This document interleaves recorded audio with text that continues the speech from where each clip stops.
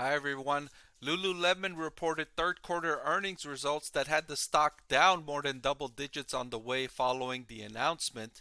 So let's look at why everybody's talking about Lululemon stock and the big drop. Overall revenue in the third quarter increased to 1.9 billion, which was up 28% from last year. This is excellent growth. Diluted earnings per share of $2 was up from $1.44 year over year. However, gross profit margin decreased by 130 basis points to 55.9%. This is not unique to Lululemon. Many companies are experiencing rising costs, and those costs are putting pressure on margins, even though the companies themselves are increasing prices on their own products. They're not enough, the price increases, to offset the cost increases, and so this is causing margins to contract. Impressively, net revenue increased 41% internationally for Lululemon and 26% in North America.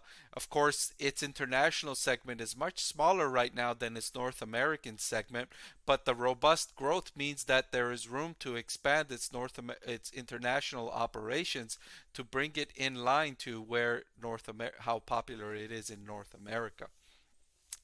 During the quarter, the company opened a net 23 stores to reach 623, so a little less than 5% store growth there in one quarter. So that's solid growth year over year. But here is the part that I think is why the stock was down more than double digits following the announcement. It's that inventories at the end of Q3 were up by 85% to 1.7 billion. And again, this is not unique to Lululemon.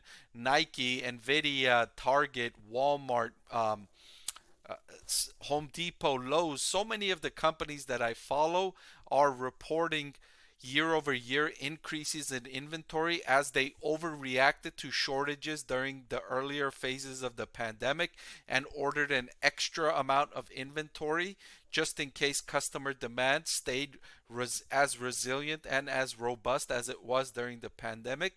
But that hasn't been the case now that economies are reopening. The customer spending pattern has shifted to away from home experiences like restaurants, traveling, theme parks, concert, and those kinds of things. And they're decreasing their spending on goods that they bought during the pandemic, like apparel, like electronics. And Lululemon now is stuck with this 85% increase in inventory that it may have to mark down to sell. Already in the third quarter, we noticed it reported its gross profit margin was down 130 basis points. In the fourth quarter, that might worsen.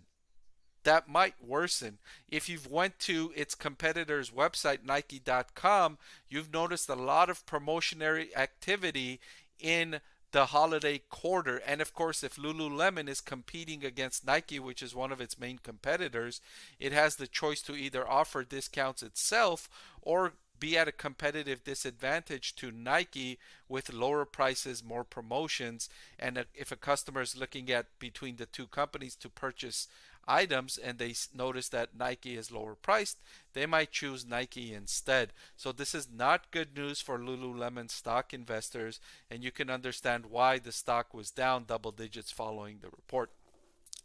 Still, the company's guiding for revenue of 2.6 billion in the fourth quarter and EPS of $4.25. So it's not like management is expecting a huge pullback, a huge drop off in revenue or earnings per share in the fourth quarter, but it's not as optimistic as it otherwise would have been if it didn't have all of this extra inventory on hand, but not just itself having all this extra inventory.